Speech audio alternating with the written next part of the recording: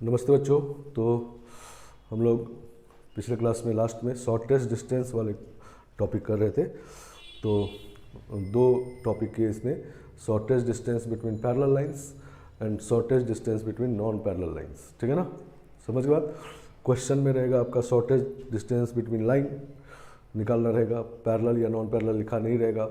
तो पहले parallel check कर लेंगे, पैरेलल होगा तो पैरेलल वाले मेथड से निकालेंगे और अगर पैरेलल नहीं होगा तो दूसरे मेथड से निकालेंगे। ठीक है ना, और दूसरे मेथड से निकालने पे अगर शॉर्टेज डिस्टेंस जीरो आ जाए नॉन पैरेलल लाइन का तो समझना है कि इंटरसेक्टिंग लाइन हो गया, और अगर नॉन जीरो आ गया तो स्क्यू लाइन्स हो गया। ठीक है ना, समझ के बाद तो पहले एक और क्वेश्चन करेंगे हम लोग शॉर्टेज डिस्टेंस वाला। ठीक है ना,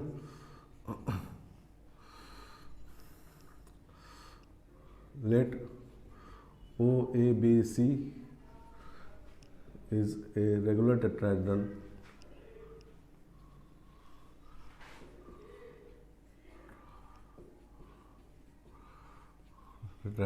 ठीक है ना। then find shortest distance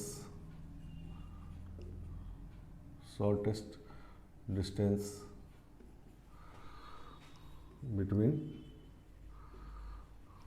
skew sides.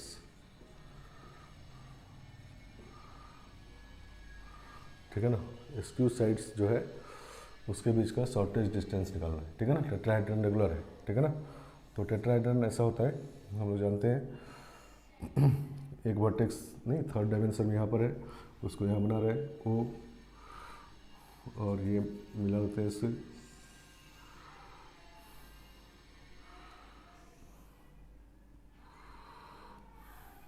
सही ना, और ये OABC। ठीक है ना, समझ गया, ऐसा टेट्राहेड्रन है। और इसमें देखो स्क्यू साइड कौन कौन है। स्क्यू साइड मतलब non parallel non intersecting sides. ठीक है ना, तो अगर एक साइड ये लिया जाए, एक साइड ये लिया जाए, ठीक है ना, नहीं ये ऐसे है। ठीक है ना, तो ये दोनों स्क्यू साइड्स है। ठीक है ना, या ये दोनों स्क्यू साइड्स है, या ये और ये वाला स्क्यू साइड्स है। ठीक है ना, तो हम लोग किसी भी दो के बीच का निकालेंगे सेम आएगा, रेगुलर टेट्राहेड्रन है। तो OA और BC के बीच का डिस्टेंस निकालना है, शॉर्टेस्ट वाला। ठीक है ना, समझ बात। तो हम लोग पहले पोजीशन वेक्टर एज्यूम कर लेते हैं, O को ओरिजिन पे रख दिए, उससे डिस्टेंस पे कोई फर्क नहीं पड़ेगा। B को B कह लिए, C को C कह लेते हैं। ठीक है ना, सही ना। चलो, तो स्क्यू लाइन का जब शॉर्टेस्ट डिस्टेंस हम लोग निकाले थे तो ये स्क्यू लाइन से तो एक परपेंडिकुलर वेक्टर बनाए थे, नहीं उसके लिए इसका पैरेलल वेक्टर पता होना चाहिए। ठीक है ना, तो इसका पैरेलल वेक्टर हमारे पास B था, इसका D था, नहीं तो B क्रॉस D हो गया था ये। तो इसमें भी इसके पैरेलल बनाएंगे वेक्टर तो A होगा, और इसके पैरेलल बनाएंगे तो B माइनस C। ठीक है ना, तो ये परपेंडिकुलर वेक्टर ये वाला आएगा, वो आएगा A cross B minus C। ठीक है ना, सही ना, सही ना। और अब इस पे जो पॉइंट था इससे एक वेक्टर बना लिए थे, नहीं ये पॉइंट A था और ये पॉइंट C था, नहीं तो C माइनस A का वेक्टर बना लिए थे। नहीं तो इस पर हमारे पास पॉइंट है, मान लो ओरिजिन, नहीं इस लाइन पे ओरिजिन भी पॉइंट है, ये भी पॉइंट है, किसी भी लिख सकते हैं ओरिजिन और इस पे C। ठीक है ना, तो ये वेक्टर बना लिए हम लोग C। ठीक है ना, और फिर इसका प्रोजेक्शन इसके एलोंग देख लिए थे। ठीक है ना, सही ना। तो shortest distance is equal to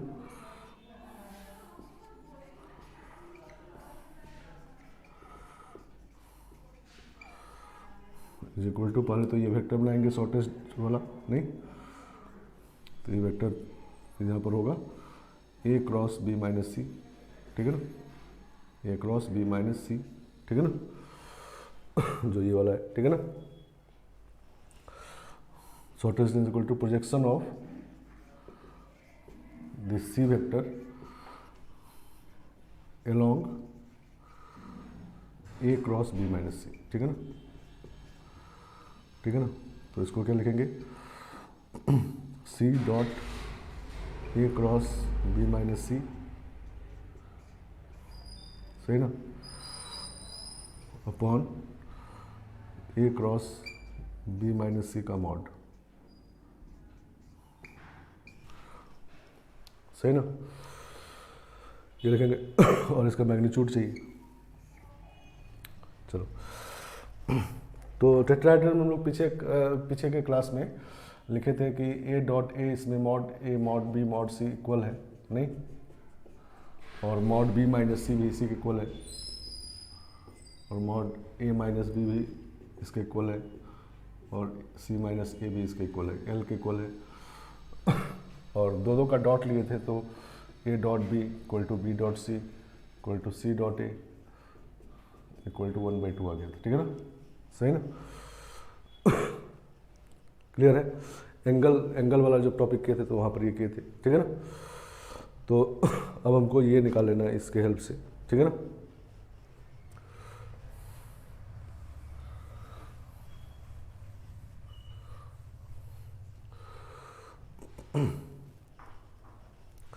चलो, तो नीचे वाला जो A cross B minus C है, तो A cross B minus C का मॉड का स्क्वायर और plus A dot B cross B minus C का मॉड का square equal to mod A square होता है और मॉड बी माइनस सी का स्क्वायर होता है, ठीक है ना, सही ना। ऐसे ही होता है। तो ये जो है A dot B minus A dot C है, तो A dot B A dot C equal है तो 0 हो गया, ठीक है ना। तो इसका मतलब A cross B minus C का मॉड का square equal to mod A square मतलब L square, mod B minus C square भी एल स्क्वायर, ठीक है ना।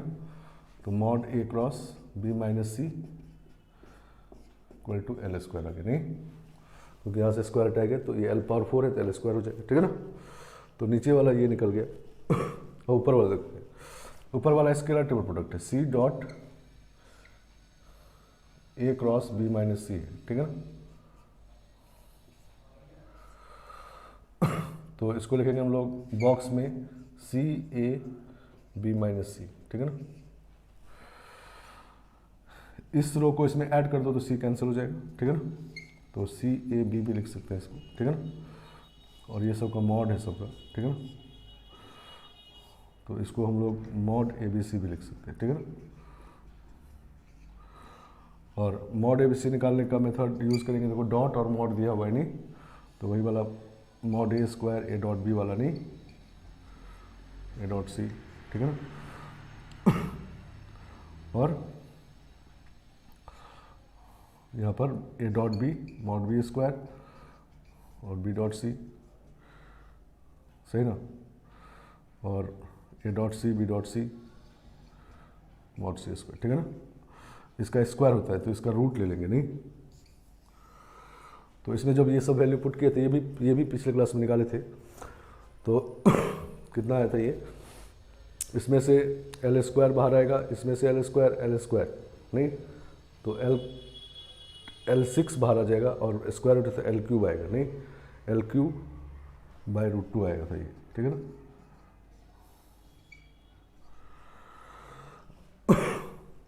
ठीक है ना, ऐसा आ गया था, इसमें पुट कर देंगे, ठीक है ना।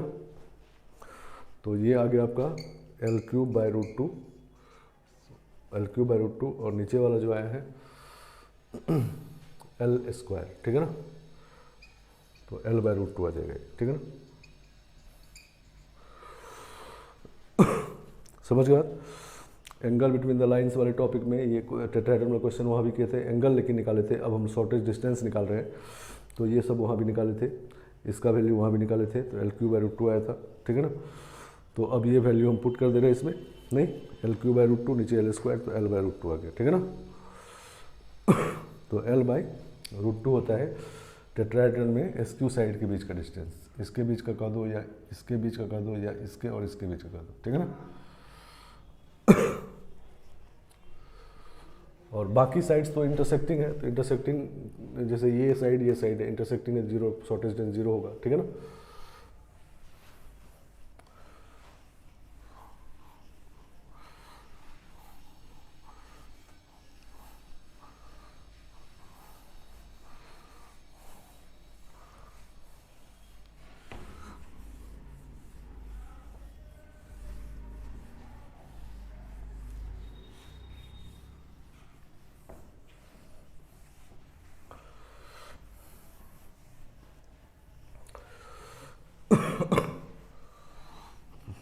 चलो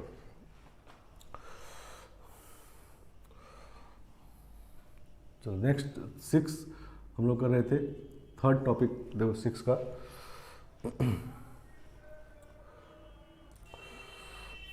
चलो सेवेंथ का थर्ड टॉपिक। तो हम लोग शॉर्टेज डिस्टेंस निकाल लिए, पैरेलल भी और नॉन पैरेलल लाइन के बीच का भी, ठीक है ना। अब शॉर्टेज डिस्टेंस वाले लाइन का इक्वेशन लिखते हैं, ठीक है ना। तो यह है equation of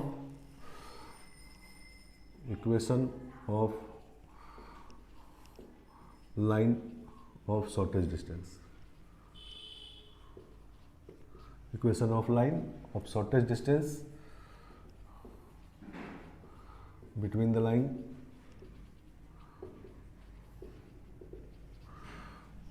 L1 x minus a1 by b1 equal to y minus a2 by b2 equal to z minus a3 by b3 equal to lambda, इसको r equal to a plus lambda भी कहते हैं,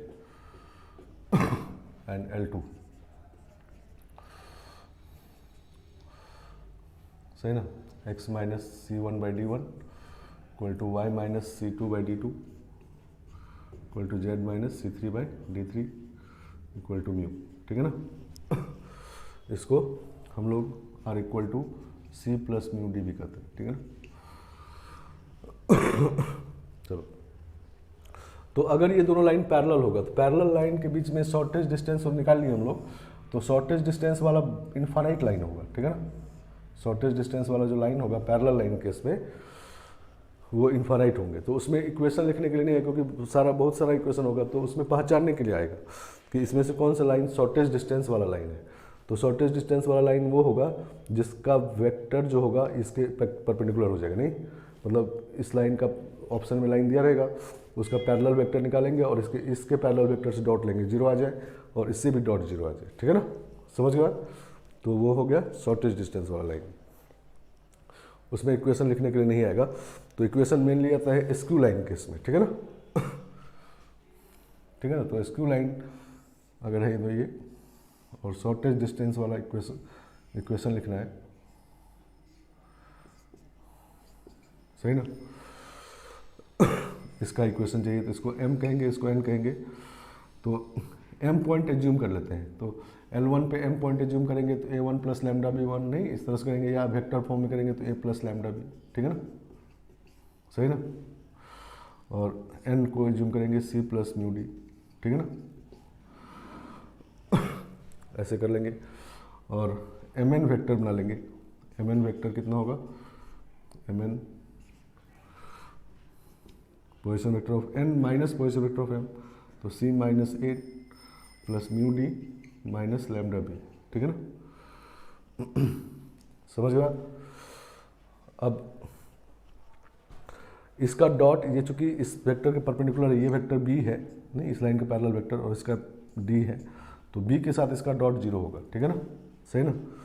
तो b dot c minus A plus mu D minus lambda B equal to zero, and d dot c minus A plus mu D minus lambda B, this is also equal to zero, ठीक है ना। दो equation बन जाएगा, ठीक है ना। तो लैम्डा म्यू में दो इक्वेशन बन गया, तो फाइंड लैम्डा एंड म्यू, ठीक है ना।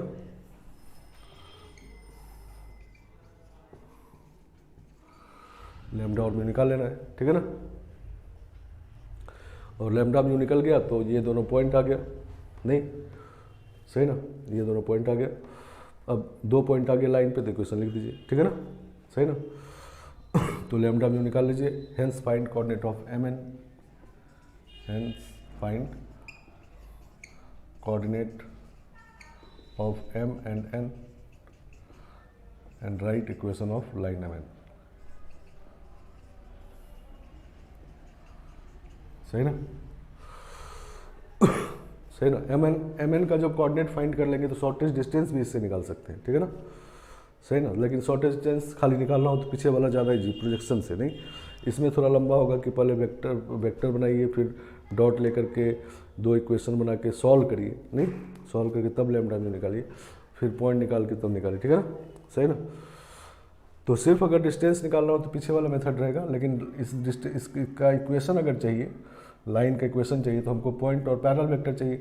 तो पॉइंट हमारे पास दो दो मिल गया, लैम्डा म्यू निकल गया, तो नहीं तो वेक्टर ही बना लेंगे, नहीं यही वेक्टर ऐसे में लैम्डा म्यू पुट कर दो और पॉइंट लेकर के इक्वेशन लिख दीजिए, ठीक है ना। आगे बात समझ में। तो शॉर्टेस्ट डिस्टेंस वाले लाइन का इक्वेशन ऐसे लिखते हैं, ठीक है ना।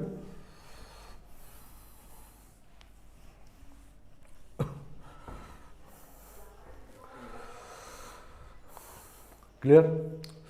चलो अब सेवेंथ का फोर्थ टॉपिक, एक शॉर्टेस्ट डिस्टेंस और है, शॉर्टेस्ट डिस्टेंस बिटवीन प्लेन। अब shortest distance between parallel planes.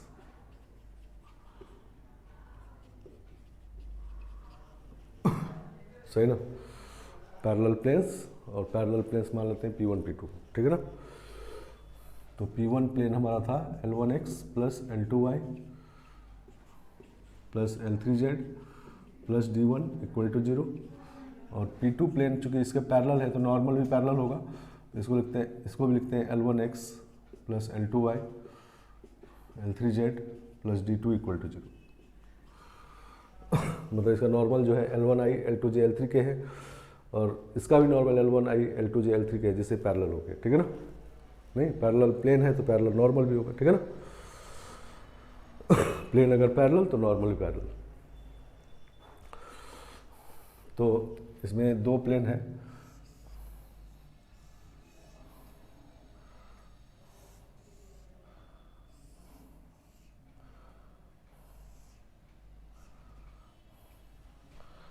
सही ना, ऐसा है, ये प्लेन ऊपर ये प्लेन नीचे, दोनों के बीच का डिस्टेंस ये d है। तो d इक्वल टू होता है d1 माइनस d2 नहीं upon under root of L1 square plus L2 square plus L3 square, ठीक है ना। ये स्ट्रेट लाइन 2D में भी होता है, और वहीं पैरेलल लाइन के बीच का डिस्टेंस 2D में ऐसे लिखते हैं, और यहाँ पर पैरेलल प्लेन के बीच का डिस्टेंस वही वाला फॉर्मूला है, ठीक है ना। d1 minus d2 upon under root L1 square L2 square L3। Actually क्या करते हैं हम लोग, ओरिजिन से इसका भी डिस्टेंस निकाल दिए, या किसी पॉइंट से इसका डिस्टेंस और इसका डिस्टेंस निकाल के माइनस कर लिए, ठीक है ना। मतलब इसके ऊपर कोई पॉइंट है, वहाँ से इस प्लेन का डिस्टेंस का फॉर्मूला होता है, इसका डिस्टेंस निकाल लेंगे और दोनों सब्ट्रैक्ट कर देंगे, ठीक है ना। समझ गए। चलो, लेकिन इस फॉर्मूले को यूज करने से पहले ये बात ध्यान रहे कि ये कोफिशिएंट x y z का सेम रहे, तब ये d1 माइनस d2 करेंगे, ठीक है ना। प्लेन पैरेलल होगा तो कोफिशिएंट सेम होना जरूरी नहीं है, ठीक है ना। तो सेम नहीं होगा, सेम बना लेंगे पहले, तब ये फॉर्मूला यूज करेंगे, ठीक है ना। समझ गए। जैसे क्वेश्चन लिखते हैं,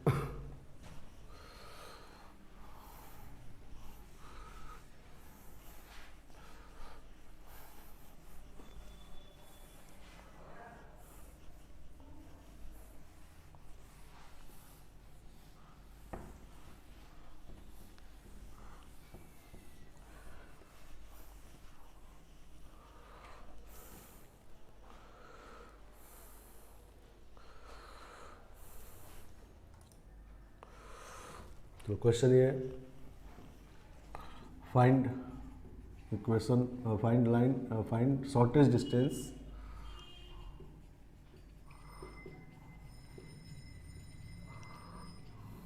बिटवीन द प्लेन्स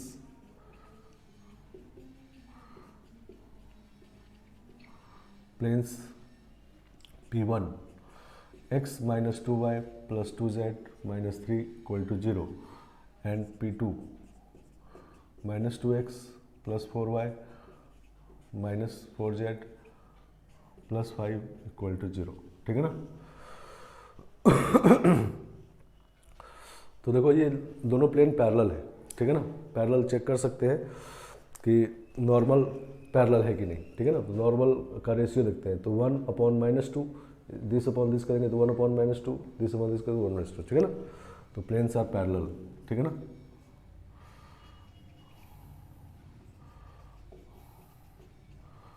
ठीक है ना। अगर पैरेलल नहीं तो शॉर्टेस्ट डिस्टेंस 0 हो जाता है, ठीक है ना, सही ना।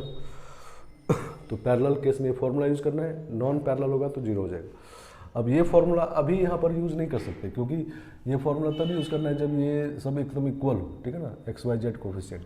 तो इसमें -2 से डिवाइड कर देते हैं, ठीक है ना, -2 से, तो ये हो जाएगा x माइनस 2y और +2z -5/2 इक्वल टू 0, ठीक है ना, सही ना। तो अब ये प्लेन और ये प्लेन में ये बात हो गया, ठीक है ना, इक्वल आ गया। अब यहाँ पर यूज़ करेंगे shortest distance d equal to mod of d1 -3 -5/2 d1 minus d2 upon √1 + 4 + 4, ठीक है ना। तो ये है 1/2/3 1/6, ठीक है ना। तो ये शॉर्टेज डिस्टेंस आ गया। क्लियर बात, समझ गया। नेक्स्ट क्वेश्चन लिखते हैं।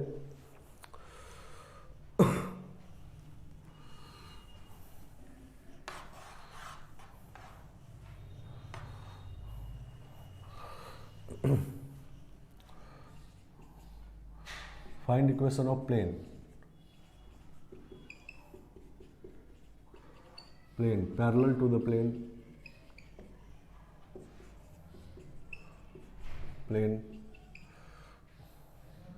P1 x minus 2y plus 3z minus 1 equal to 0, 2z, ठीक है ना, at a distance of, find equation of plane parallel to this plane at a distance of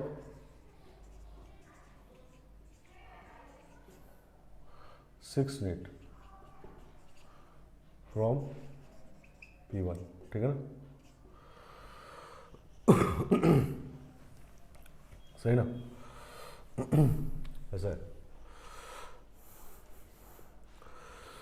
मतलब एक प्लेन P1 दिया हुआ है और इस बार P2 नहीं दिया हुआ, P2 चाहिए, इसके पैरेलल प्लेन चाहिए, और ये डिस्टेंस 6 दिया हुआ है, 6 मीटर के डिस्टेंस पर ये पैरेलल प्लेन चाहिए, ठीक है ना, मतलब उल्टा क्वेश्चन हो गया। तो पहले इसका पैरेलल प्लेन एज्यूम कर लेते हैं, P2 इक्वल टू, पैरेलल है तो नॉर्मल उतना ही रखते हैं, x minus 2y plus 2z और प्लस लैम्डा इक्वल टू 0, ठीक है ना, सही ना। और इसमें फॉर्मूला लगाते हैं, पैरेलल प्लेन के बीच का डिस्टेंस 6 दिया हुआ है, ठीक है ना। तो d equal to d1 minus d2, ठीक है ना, तो लैम्डा +1 हो जाएगा अपॉन 1 + 4 + 4 इक्वल टू 6। तो लैम्डा +1 इज इक्वल टू 18, तो लैम्डा +1 इक्वल टू ±18, तो लैम्डा इक्वल टू -19 और 17, ठीक है ना। तो दो प्लेन होगा, ठीक है ना, मतलब इसे 6 यूनिट के डिस्टेंस पर प्लेन निकालना है पैरेलल, तो एक ऊपर की तरफ होगा, एक इसके नीचे की तरफ होगा, तो इसलिए लैम्डा का 2 वैल्यू आ गया, ठीक है ना। -19 रखेंगे, एक बार 17 रखेंगे, तो एक प्लेन इस प्लेन के ऊपर आएगा 6 यूनिट पे और एक दूसरा प्लेन इस प्लेन के नीचे आएगा 6 यूनिट पे, ठीक है ना, समझ गया। क्लियर है, तो लैम्डा यहाँ रख देना है कर लिया। तो this is shortest distance between parallel planes, और पैरेलल प्लेन चेक करना इजी है, नॉर्मल अगर पैरेलल हो जाए तो प्लेन पैरेलल हो गया, उसके बीच का शॉर्टेज डिस्टेंस, ये फॉर्मूलास निकालते हैं। और अगर पैरेलल प्लेन नहीं हो, नॉन पैरेलल प्लेन हो जाए, वो भी पता कर सकते हैं इजीली, नॉर्मल पैरेलल नहीं होना चाहिए, तो उस केस में शॉर्टेज डिस्टेंस 0 हो जाएगा, ठीक है ना। चलो 7th का 5, शॉर्टेज डिस्टेंस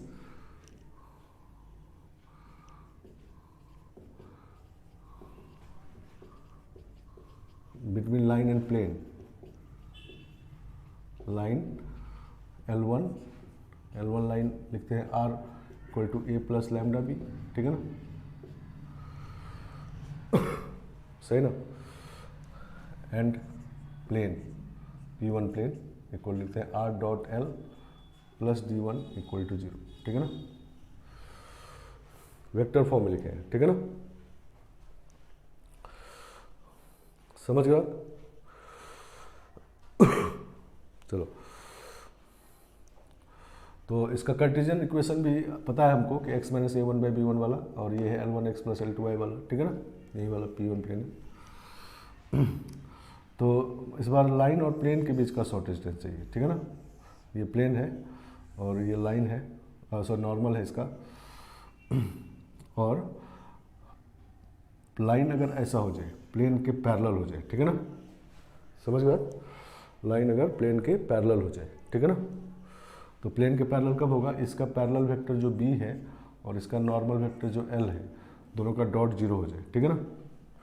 तो if L dot B is zero, ठीक है ना, तब लाइन प्लेन के पैरेलल हो जाएगा, नहीं?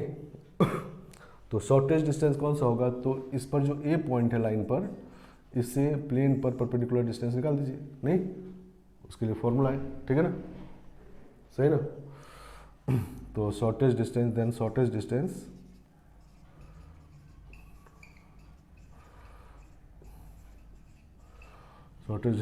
इक्वल टू क्या होता है? ये जो पॉइंट है उससे प्लेन पर परपेंडिकुलर डिस्टेंस, ये point actually A1 A2 A3 है, नहीं, और P1 प्लेन ऐसा है, तो परपेंडिकुलर डिस्टेंस का फॉर्मूला होता है A1 L1 plus A2 L2 plus A3 L3 minus D plus D1 का mod upon under root of L1 square plus L2 square plus L3 square. इसी को वेक्टर फॉर्म में कहेंगे तो कहेंगे A dot L plus D, मतलब इस point को प्लेन में रख देना है, प्लेन ये है तो आर के जगह पे ए रख देना है, A dot L plus D1 का मॉड अपॉन मॉड L, ठीक है ना। तो अगर प्लेन लाइन पैरेलल हो जाए तो शॉर्टेस्ट डिस्टेंस ये है, मतलब लाइन का जो पॉइंट दिया हुआ होता है उससे प्लेन पर परपेंडिकुलर डिस्टेंस निकाल देना, वो फॉर्मूला है हमारे पास। और अगर लाइन प्लेन के पैरेलल नहीं है, ठीक है ना, तो if L dot B is not zero, सही ना, अगर जीरो नहीं है तो इसका मतलब line is not parallel to the plane, तो लाइन प्लेन को एक पॉइंट पे कट करेगा, तो shortest distance is zero, then shortest distance is zero.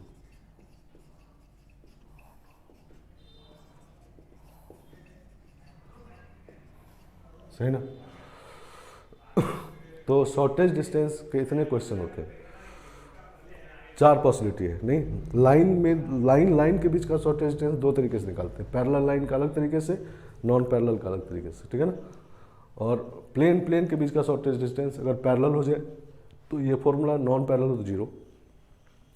और चौथा है लाइन प्लेन के बीच का शॉर्टेस्ट डिस्टेंस, तो इसमें लाइन और प्लेन अगर पैरेलल हो जाए, वो इस तरह से चेक कर लेंगे, तो इस केस में लाइन के पॉइंट से प्लेन पे परपेंडिकुलर डिस्टेंस निकाल देंगे, वही शॉर्टेस्ट होगा, और अगर पैरेलल नहीं होगा तो शॉर्टेस्ट डिस्टेंस जीरो होगा, ठीक है ना, समझ गए आप? तो क्वेश्चन जो मिलता है उसमें अब ये कहा जाएगा कि find shortest distance between this and this. अब लाइन और प्लेन भी नहीं लिखा रहेगा, तो पहले तो आपको पहचानना है कि 2 लाइन के बीच का कहा गया कि 2 प्लेन के, कि एक लाइन एक प्लेन के बीच का। फिर अगर 2 लाइन के बीच कहा गया तो पैरेलल कहा गया या नॉन पैरेलल कहा गया, ठीक है ना, और उसके हिसाब से लगाना है फॉर्मूला, ठीक है ना। 2 प्लेन कहा गया तो पैरेलल प्लेन है तो ये वाला फॉर्मूला लगाना है, और लाइन और प्लेन के बीच का shortest distance parallel, line parallel to the plane है तो ये फॉर्मूला लगाना है, ठीक है ना, सही ना। चलो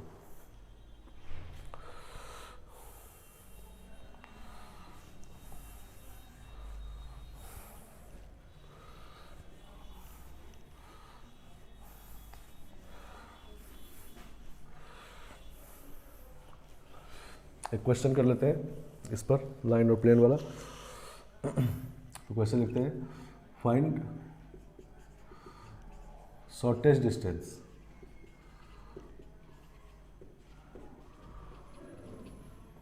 between x minus 1/2 equal to y by -2 equal to z plus 1/1 equal to lambda and 4x plus 3y minus 2z plus 5 equal to 0, ठीक है ना, सही ना।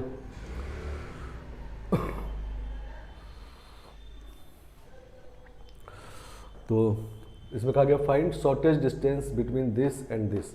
ये क्या है नहीं कहा गया, ये क्या नहीं, खुद से पहचानना है कि ये लाइन है, ठीक है ना, और ये प्लेन है, लाइन और प्लेन के बीच का शॉर्टेस्ट डिस्टेंस। तो हम लोग पहले एल बी निकालेंगे। एल मीन्स लाइन प्लेन का नॉर्मल वेक्टर, तो एल वेक्टर जो है वो है यहाँ पर 4i plus 3j minus 2k, और बी मतलब लाइन का parallel vector 2i minus 2j plus k, ठीक है ना। तो L डॉट बी निकालेंगे तो इस जगह 8 माइनस 6 माइनस 2 तो 0 आ गया, नहीं? तो इसका मतलब परपेंडिकुलर आ गया, नहीं? Sorry, line and plane are parallel, मतलब दोनों वेक्टर परपेंडिकुलर है, नहीं?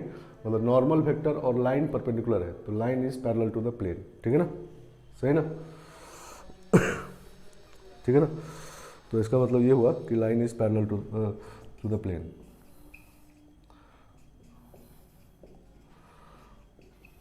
ठीक है ना? तो शॉर्टेस्ट डिस्टेंस निकालना। अब शॉर्टेस्ट डिस्टेंस कौन सा होता है? तो इस लाइन पर जो पॉइंट है, इस लाइन पर पॉइंट कौन सा है? 1 0 -1, ठीक है ना? उससे प्लेन पर परपेंडिकुलर डिस्टेंस, नहीं? तो ये हो जाएगा 4 + 0 और +2 + 5 का मॉड अपॉन √16 + 9 + 4, तो 11/√29, सही ना? ये दिस इज शॉर्टेस्ट डिस्टेंस।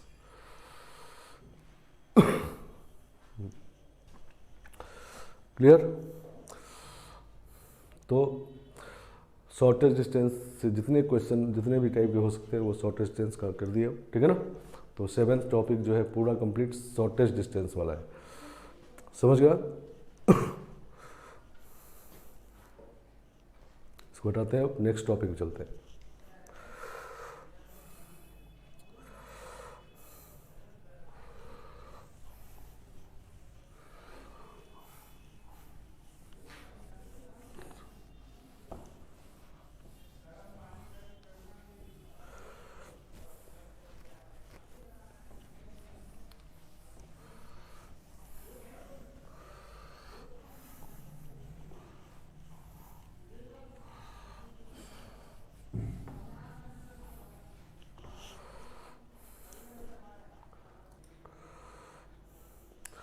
चलो, तो हम लोग अब नेक्स्ट टॉपिक देखेंगे 8, ठीक है ना? 8 का फर्स्ट टॉपिक होता है दो प्लेन का इंटरसेक्शन, ठीक है ना? दो लाइन का इंटरसेक्शन हम लोग पढ़ लिए, ठीक है ना? इंटरसेक्टिंग लाइन का इंटरसेक्शन पॉइंट भी निकाल लिए। अब हम लोग दो प्लेन का इंटरसेक्शन देखेंगे, ठीक है ना? तो दो प्लेन जब इंटरसेक्ट करता है, ठीक है ना? दो प्लेन जब इंटरसेक्ट करेगा तो एक लाइन बनेगा, नहीं? ये प्लेन और एक ये दूसरा प्लेन, ठीक है ना? दो प्लेन है, दोनों जब इंटरसेक्ट करता है तो इनफाइनाइट पॉइंट पे इंटरसेक्ट करता है, ठीक है ना? सही ना? और दो लाइन पैरेलल, दो प्लेन पैरेलल होता है तो कोई कॉमन पॉइंट नहीं है, ठीक है ना? पैरेलल प्लेन के बीच का शॉर्टेस्ट डिस्टेंस निकाले पिछले इसमें। अब जब दो प्लेन इंटरसेक्ट करेगा तो इनफाइनाइट पॉइंट मिलता है, वो एक लाइन पे लाई करता है, ठीक है ना? समझ गए बात? तो उसको उस लाइन कहते हैं line of intersection of plane, ठीक है ना? समझ गए बात? तो पहला क्वेश्चन होता है कि उस लाइन का इक्वेशन लिखना है, ठीक है ना? जिस लाइन पे इंटरसेक्ट करेगा, ठीक है ना? दो प्लेन। और दूसरा क्वेश्चन होता है कि जब दो प्लेन इंटरसेक्ट कर जाएगा, ठीक है ना? इस तरह से इंटरसेक्ट कर गया तो इसके लाइन ऑफ इंटरसेक्शन से और बहुत सारे प्लेन पास करेंगे, नहीं? ये सारा पेज जो है ये सब प्लेन है और उसी लाइन ऑफ इंटरसेक्शन से पास कर रहा है, ठीक है ना? तो इसको कहेंगे हम लोग family of plane passing through line of intersection of two planes, ठीक है ना? समझ गया? जैसे 2D में हम लोग लाइन से पढ़े कि family of line passing through point of intersection of two line, उसी तरह यहाँ पर family of plane passing through point of line of intersection of two planes, ठीक है ना? सही ना? तो पहला क्वेश्चन हम लोग पहले लिखेंगे। पहला क्वेश्चन मतलब equation of line of intersection, तो equation of line of intersection of two planes.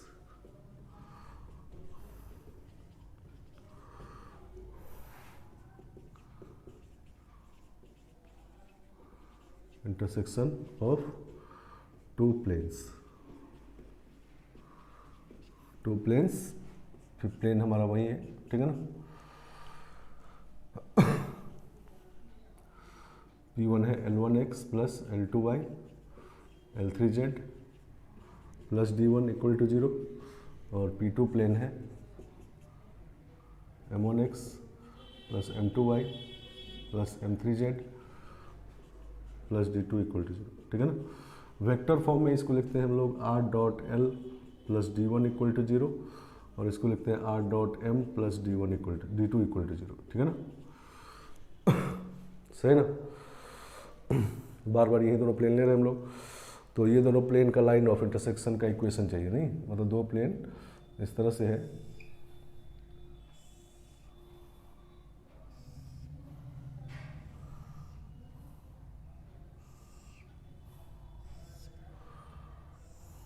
ठीक है ना, ऐसा दो प्लेन है, ठीक है ना, एक ये प्लेन और एक ये प्लेन, ठीक है ना, दोनों का इंटरसेक्शन एक लाइन पे हो रहा है, ठीक है ना, इनफाइनाइट पॉइंट पे हो रहा है, वो एक लाइन पे लाई कर रहा है, ठीक है ना। तो पहला क्वेश्चन है इसी का इक्वेशन चाहिए, ठीक है ना। और दूसरा होता है कि जब ऐसे लाइन बन जाएगा तो इस लाइन से और भी बहुत सारे प्लेन ऐसे ऐसे पास करेगा, ठीक है ना, तो उसका फैमिली ऑफ प्लेन, ठीक है ना, तो वो सेकंड टॉपिक रहेगा। फर्स्ट टॉपिक है पहले इसका इक्वेशन निकालते हैं, ठीक है ना। तो लाइन का इक्वेशन लिखने के लिए हमको क्या क्या चाहिए, पॉइंट और पैरेलल वेक्टर, नहीं सही ना। तो पहले हम लोग पैरेलल वेक्टर निकालते हैं, ठीक है ना। पैरेलल वेक्टर कैसे निकालेंगे, तो इस प्लेन का जो नॉर्मल वेक्टर है, नहीं पता है एल, ये मान लो P1 प्लेन है तो इसका वेक्टर L है नॉर्मल, और इसका वेक्टर M है, ठीक है ना, नॉर्मल वेक्टर, ये P2 प्लेन है, ठीक है ना।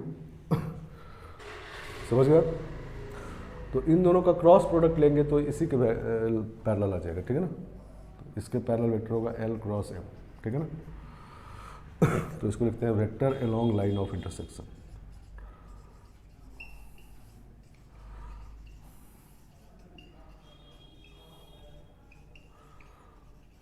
तो this is L cross M, ठीक है ना, vector form L cross M लिखे। इसको अगर कार्टेशियन फॉर्म लिखेंगे तो I J K L1 L2 L3 M1 M2 M3, ठीक है ना। समझ गया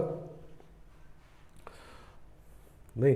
अगर इसमें देखो ये बुक लेते हैं तो ये दो प्लेन है, ठीक है ना, एक प्लेन ये नीचे वाला और एक प्लेन ये ऊपर वाला, ठीक है ना। तो प्लेन पता है तो नॉर्मल पता है हमको, नहीं ऐसे नॉर्मल है, ऐसे नॉर्मल है, दोनों का क्रॉस लेंगे तो ऐसे हो जाएगा, ठीक है ना, मतलब इसी के पैरेलल आ जाएगा, ठीक है ना। तो दोनों प्लेन के नॉर्मल का क्रॉस ले लेना है, तब जो वेक्टर मिलेगा वो इसी लाइन के पैरेलल आ जाएगा, ठीक है ना, सही ना। तो पैरेलल वेक्टर मिल गया हमको। अब लाइन के क्वेश्चन लिखने के लिए और क्या चाहिए, तो एक पॉइंट चाहिए, नहीं सही ना। लाइन का इक्वेशन लिखना है तो हम लोग सीधा शुरू में जो लिखे तो ऐसे ही करेंगे। लाइन का इक्वेशन लिखने के लिए मिनिमम हमको चाहिए पैरेलल वेक्टर और पॉइंट, ठीक है ना। तो पैरेलल वेक्टर हमको मिल गया, अब इस पर एक पॉइंट चाहिए, ठीक है ना। इसमें तो इनफाइनाइट पॉइंट है तो कोई एक लेना है तो आराम से सेलेक्ट कर सकते हैं, ठीक है ना। देखो कैसे, तो ये पॉइंट ऐसा होगा जो दोनों प्लेन को सेटिस्फाई करेगा, नहीं क्योंकि दोनों प्लेन में है। तो हम लोग क्या करते हैं कि इन दोनों प्लेन में जेड को जीरो कर देते हैं और एक्स वाई के लिए सॉल्व कर लेते हैं, ठीक है ना, सही ना। क्योंकि बताए तो जब भी प्लेन में पॉइंट एज्यूम करना हो तो हिट एंड ट्रायल से करेंगे, ठीक है ना, सही ना। तो एक प्लेन में अगर एज्यूम करना हो तो दो को जीरो करके तीसरा निकालिए, और ऐसा पॉइंट चाहिए जो दोनों प्लेन में है तो किसी एक को जीरो करके बाकी दोनों के लिए सॉल्व कर दीजिए, ठीक है ना। जीरो नहीं करके वन भी कर सकते हैं, कोई जेड को जीरो करेगा तो कोई एक्स को जीरो कर सकते हैं या वन भी पुट कर सकते हैं, ठीक है ना, सही ना। तो उसको लिख देते हैं इस तरह से, find one point on line of intersection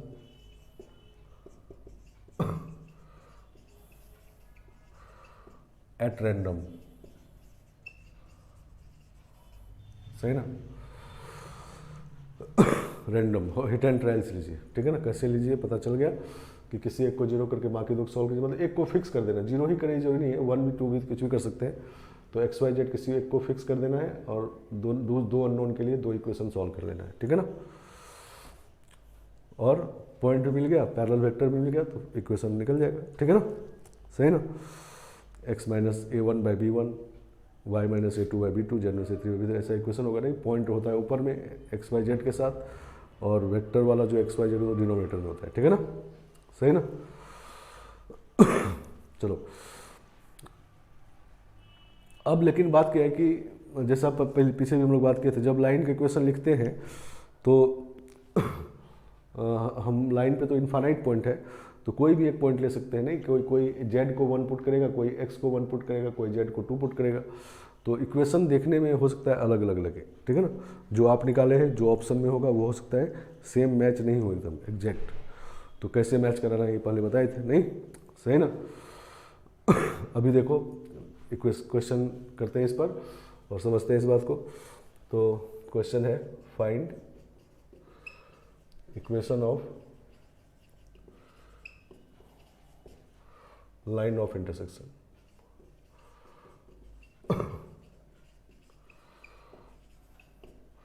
of planes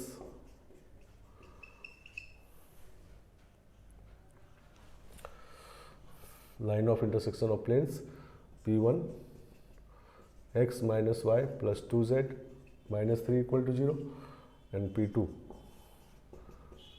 2x plus y minus 3z plus 1 equal to 0, ठीक है ना। इन दोनों का प्लेन का लाइन ऑफ इंटरसेक्शन लिखना है, ठीक है ना। तो पहले लिखते हैं हम लोग वेक्टर, नहीं vector along line of intersection.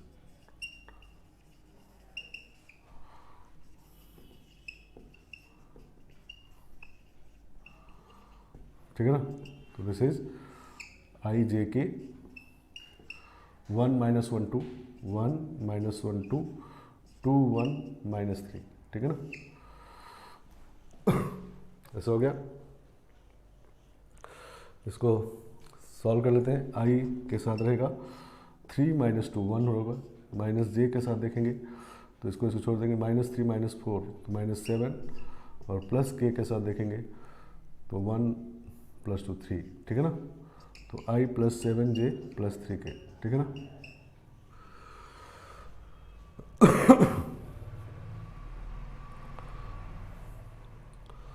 समझ गया।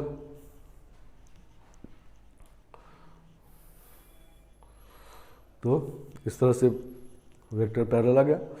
अब हमको एक पॉइंट चाहिए प्लेन में, ठीक है ना, लाइन पे। इस लाइन पे पॉइंट चाहिए, मतलब ऐसा पॉइंट जो दोनों प्लेन को सेटिस्फाई करे, ठीक है ना।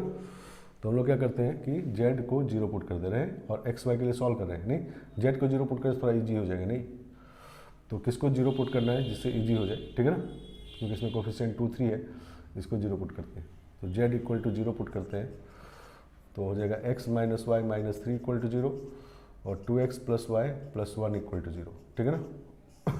दोनों को सॉल्व करें तो 3x - 2 = 0 ऐड कर दिए, ठीक है ना। x = 2/3 और x = 2/3 तो y = -7/3, सही ना। तो x y निकल गया और z 0 है, ठीक है ना। x का वैल्यू 2/3 रखेंगे तो 2/3 - 3 और ये y इधर चला गया, 2/3 - 3 = y। तो 2/3 - 3 करेंगे तो -9 + 2 तो -7/3, ठीक है ना। तो लाइन का क्वेश्चन लिखते हैं। पैरेलल वेक्टर मिल चुका है, पॉइंट भी मिल चुका है, तो equation of line of intersection, ठीक है ना। Equation of line of intersection, इसको हटा ले रहे हैं, ठीक है ना। Equation of line of intersection,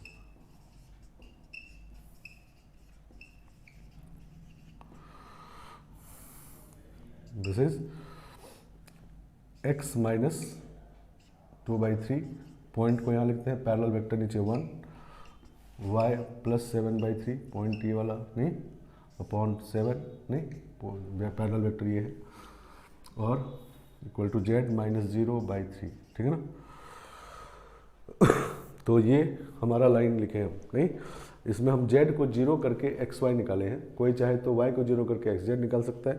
तो ये पॉइंट यहाँ पर जो दिख रहा है ये आपके ऑप्शन में यही दिखेगा, ऐसा जरूरी नहीं है, ठीक है ना।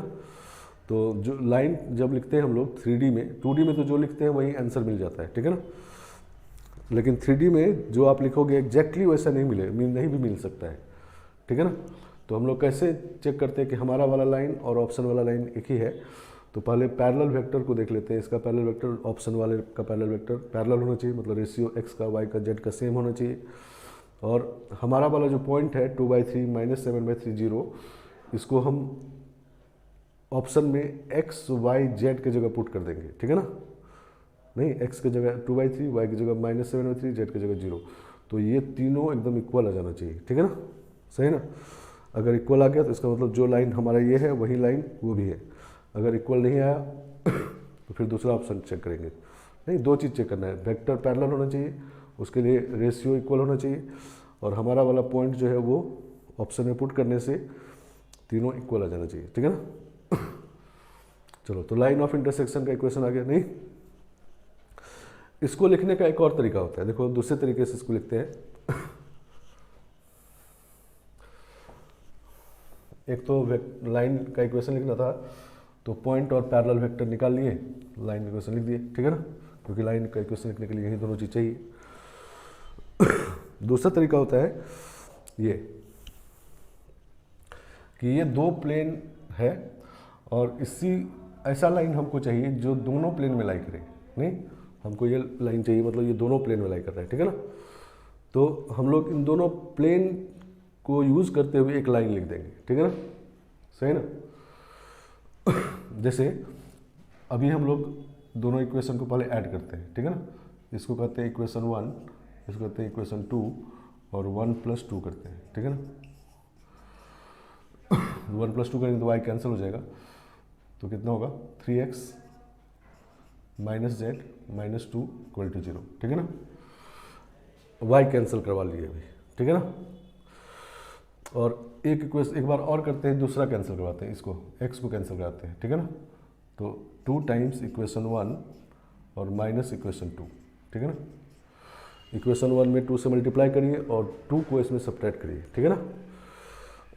तो x कैंसिल हो जाएगा, तो इसमें 2 से मल्टीप्लाई किए हैं तो -2y हो गया, और इसको सब्ट्रैक्ट किया तो -3y हो गया, और इसमें 2 से मल्टीप्लाई किए तो 4z, और ये माइनस किए तो 7z हो जाएगा।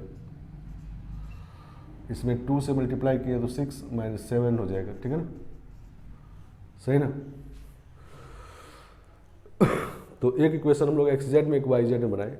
नहीं, कोई चाहे तो z को भी कैंसिल करा सकते हैं, xy में बना सकते हैं, दो इक्वेशन खाली बनाना है, ठीक है ना।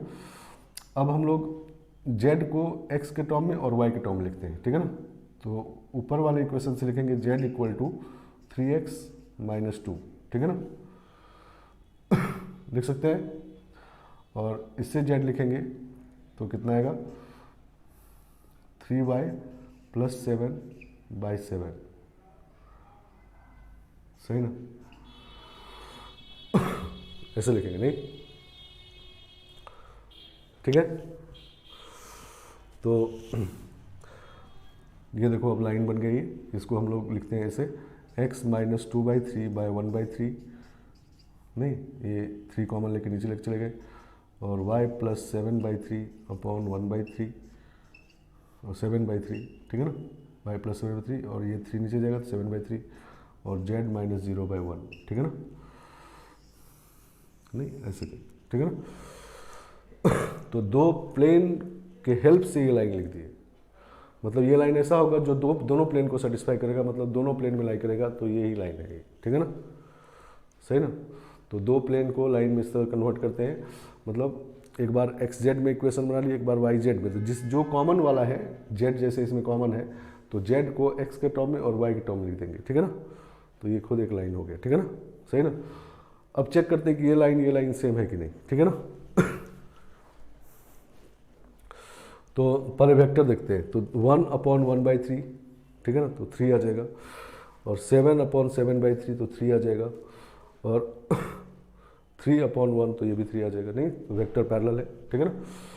अब हमारा पॉइंट जो है 2/3 - 7/3 और 0, इसको पुट करते हैं इसमें, 2/3 पुट करेंगे 0 हो जाएगा, -7/3 पे ये भी 0 हो गया, और 0 रखेंगे तो ये भी 0 हो जाएगा, ठीक है ना, सही ना।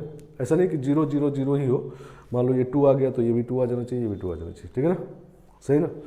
इसका मतलब ये लाइन एक ही है। आगे बात समझ में। वेक्टर पैरेलल देखना है, मतलब इसका रेशियो, इसका रेशियो और इसका रेशियो सेम आना चाहिए। और लाइन वाला हमारा पॉइंट जो है ये वाला 2/3 - 7/3 0, इसको x की जगह y की जगह और z की जगह रखेंगे, ठीक है ना। तो तीनों इक्वल आ जाना चाहिए, ठीक है ना। तो इसका मतलब वो लाइन यही लाइन है, ठीक है ना। तो ऐसा हो रहा है तो सेम लाइन है, ठीक है ना।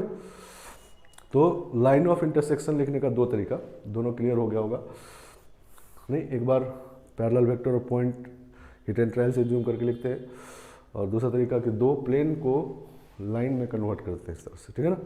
मतलब दोनों प्लेन में से एक बार किसी दो में इक्वेशन आते हैं, एक्स जेड और वाई जेड में, या एक्स वाई और वाई जेड में, ठीक है ना। तो जो दोनों में कॉमन है उसको दोनों के टर्म लिख लेते हैं, मतलब जेड को एक्स और वाई के टर्म लिख लिए, कभी एक्स को वाई जेड के टर्म लिखेंगे, कभी वाई को एक्स जेड के टर्म लिखेंगे, ठीक है ना। तो किसी को दो को कर सकते हैं और फिर लाइन का इक्वेशन ऐसे लिख लेंगे, ठीक है ना। चलो, कभी कभी क्वेश्चन में ऐसा भी कहा जाता है कि ये कहा जाएगा फाइंड इक्वेशन ऑफ लाइन, और लाइन लिख करके दो प्लेन लिखा होगा, मतलब ये वर्ड नहीं लिखा होगा, ये सब प्लेन नाम नहीं लिखा होगा, ठीक है ना। इक्वेशन ऑफ लाइन लिखा हुआ है और लाइन लिख करके दो प्लेन लिखा हुआ है, ठीक है ना। तो इक्वेशन देख के समझना है कि ये प्लेन है, और दो प्लेन लिख के जब लाइन लिखा जाए तो समझो लाइन ऑफ इंटरसेक्शन लिखा गया है, ठीक है ना। सही ना, लाइन ऑफ इंटरसेक्शन लिखा गया है, ठीक है ना। और फिर लाइन ऑफ इंटरसेक्शन का इक्वेशन निकाल लीजिए अगर जरूरत है। नहीं, ये बात समझिए कि लाइन ऑफ इंटरसेक्शन लिखा गया है, दो प्लेन लिख करके लाइन कहा जाए तो कौन सा line, line of intersection of that two plane. और अब उसका इक्वेशन आप निकाल सकते हैं इस तरह से या इस तरह से, जरूरत पड़े, और बिना निकाले अगर क्वेश्चन सॉल्व हो सकता है तो वो भी कर सकते हैं, ठीक है ना। जैसे देखो नेक्स्ट क्वेश्चन ये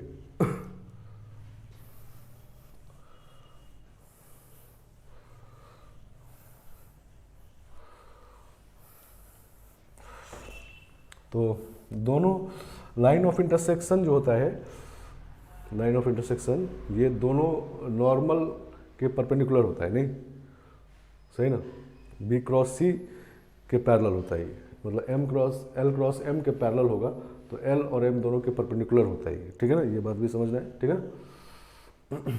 जैसे क्वेश्चन है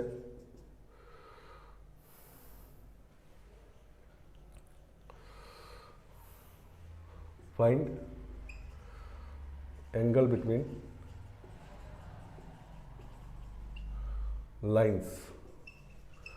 लाइंस लिख करके, और लाइंस L1 ऐसे लिखा गया है, x minus 2y plus 3 equal to 0 and 2y plus z minus 1 equal to 0, ठीक है ना। L1 लाइन लिख करके दो प्लेन लिखा गया है, एंड L2 लिख करके फिर से दो प्लेन लिखा जाएगा, x minus y plus z minus 3 equal to 0 and L2 ही है, और एक प्लेन और लिखा गया 2x plus 3y minus 1 equal to 0, ठीक है ना। सही ना। तो लाइन L1 देखो लिखा गया है, और उसके में दो प्लेन के क्वेश्चन, ये प्लेन है नहीं, ये 3D में प्लेन होता है, ठीक है ना। और इसमें जेड वाला टर्म नहीं है, इसका मतलब ये एक्स वाई प्लेन के परपेंडिकुलर प्लेन है, ठीक है ना। एक्स वाई प्लेन में ये लाइन है, ठीक है ना, और एक्स वाई प्लेन में 2D में देखेंगे तो लाइन है ये, लेकिन 3D में ये प्लेन है, ठीक है ना। कैसा प्लेन है ये बताए थे। तो ये दो प्लेन लिख करके लाइन कहा गया है, तो इसका मतलब लाइन ऑफ इंटरसेक्शन वाला लाइन है, ठीक है ना। और यहाँ भी दो प्लेन लिख करके लाइन कहा गया है, तो लाइन ऑफ इंटरसेक्शन वाला लाइन है, ठीक है ना। सही ना। तो हम लोग चाहे तो लाइन इक्वेशन लिख सकते हैं, लेकिन कहा गया इसमें कि एंगल बिटवीन द लाइंस, मतलब इस लाइन के बीच का एंगल निकालना है, ठीक है ना। सही ना। तो लाइन के बीच का एंगल निकालने के लिए लाइन के लॉन्ग वेक्टर निकाल लेंगे, ठीक है ना। सही ना। दोनों लाइन के लॉन्ग वेक्टर निकाल के, और वेक्टर का डॉट प्रोडक्ट अपॉन मॉड ये करते कॉस थीटा आता है, ठीक है ना। तो vector along the line L1, ठीक है ना। तो इस प्लेन का नॉर्मल वेक्टर है, नॉर्मल वेक्टर लिख लेते हैं पहले। यहाँ पर लिखते हैं इस प्लेन का नॉर्मल वेक्टर N1 वेक्टर कितना है, i plus minus 2j, k वाला नहीं है, N2 जो है वो कितना है 2i प्लस k, और इसके इस प्लेन का नॉर्मल वेक्टर देखेंगे n3 कहते हैं इसको, तो ये i माइनस जे प्लस के, और इसके कहेंगे n4,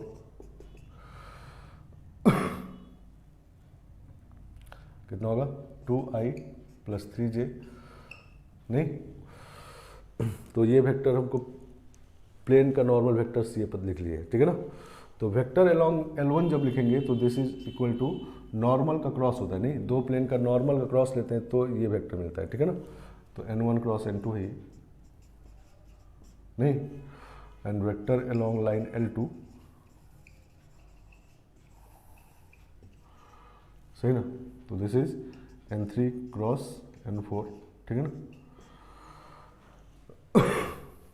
सही ना।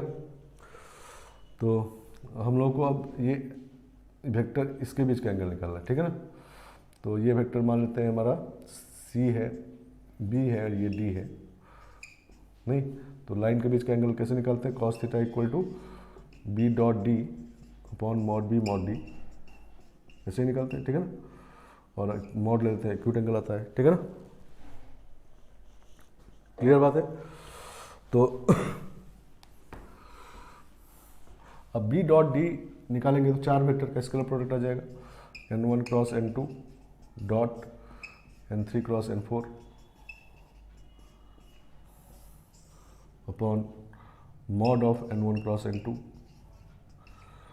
और mod of n3 cross n4, ठीक है ना। तो ये चार वेक्टर का स्केलर प्रोडक्ट में क्या होता है, पहले अल्टरनेट वाला लेते हैं, नहीं, ठीक है ना। तो इसको लिखेंगे हम लोग cos theta equal to n1 dot n3 into फिर n2 डॉट n4, सही ना, माइनस फिर दूर वाला और नज़दीक वाला n1 dot n4 into n2 n3, ठीक है ना, अपॉन नीचे में क्रॉस का मॉड, ठीक है ना। चलो तो n1 क्रॉस n2 का मॉड और n3 क्रॉस n4 का मॉड, तो डॉट निकालना इजी होता है, तो डॉट अब निकाल लेते हैं, n1 n3 का डॉट लेंगे, n1 n3 तो 1 और 2 3, नहीं सही ना। तो इसको हटा लेते हैं अब, तो cos theta equal to n1 dot n3 एकदम देख के डॉट ले सकते हैं, 1 प्लस 2 3 हो जाएगा, इंटू ये n2 n4 है, n2 n4 4 प्लस 3 7, नहीं माइनस n1 n4 2 माइनस 6, ठीक है ना, 2 माइनस 6 तो माइनस 2 माइनस 6 माइनस 4, नहीं, और n2 n3 2 और 1, ठीक है ना, 2 1 3, सही लिखे सब, n1 n2 सही ना, अपॉन इसका मॉड लेते हैं। अब ये क्रॉस का मॉड निकालना है, ठीक है ना। क्रॉस का मॉड निकालने के लिए क्रॉस प्रोडक्ट निकाल के मॉड निकाले, एक डॉट क्रॉस रिलेशन से निकाले, तो ए क्रॉस बी जो होता है मॉड, ये होता है ए डॉट का square equal to mod A square mod B square minus A dot B square, नहीं ये होता है, नहीं, ठीक है ना, सही ना, ये रिलेशन में पढ़े। तो यहाँ पर लिखेंगे हम लोग नीचे ये क्रॉस का स्क्वायर है, तो अंडर रूट ऑफ इसका मॉड निकालना है पहले, तो हम लोग निकालेंगे अलग अलग मॉड का स्क्वायर, नहीं n1 स्क्वायर n2 स्क्वायर, नहीं तो 5 हो जाएगा और ये भी 5, नहीं तो 5 इंटू 5 और माइनस डॉट का स्क्वायर, नहीं, ठीक है ना, डॉट का स्क्वायर 2, नहीं, और जे वाला तो इसमें है नहीं, ठीक है, तो इससे भी 2 होगा, ठीक है, 2 स्क्वायर 4, ठीक है ना, और दूसरा वाला है n3 क्रॉस n4 मॉड, ठीक है ना, तो फिर से स्क्वायर रूट ले लिए हैं और अलग अलग मॉड का स्क्वायर होगा, तो ये होगा 3 और 9 13 माइनस फिर डॉट 2 माइनस 3 माइनस 1, ठीक है ना, और उसका स्क्वायर तो 1, चलो तो 21 और 12 33 और नीचे √21 और √38, सही ना।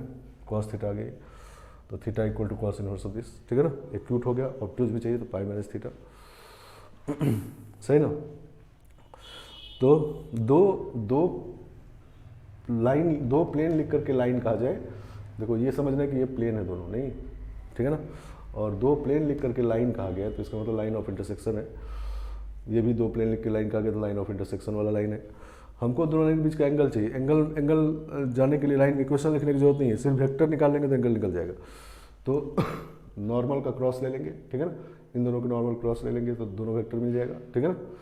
ये मिल गया। अब इसके बीच का एंगल निकालना है तो आप वेक्टर बना लो n1 क्रॉस n2, नहीं फिर आप डॉट लो, या 4 वेक्टर का स्केलर प्रोडक्ट यूज़ किए हैं, ठीक है ना।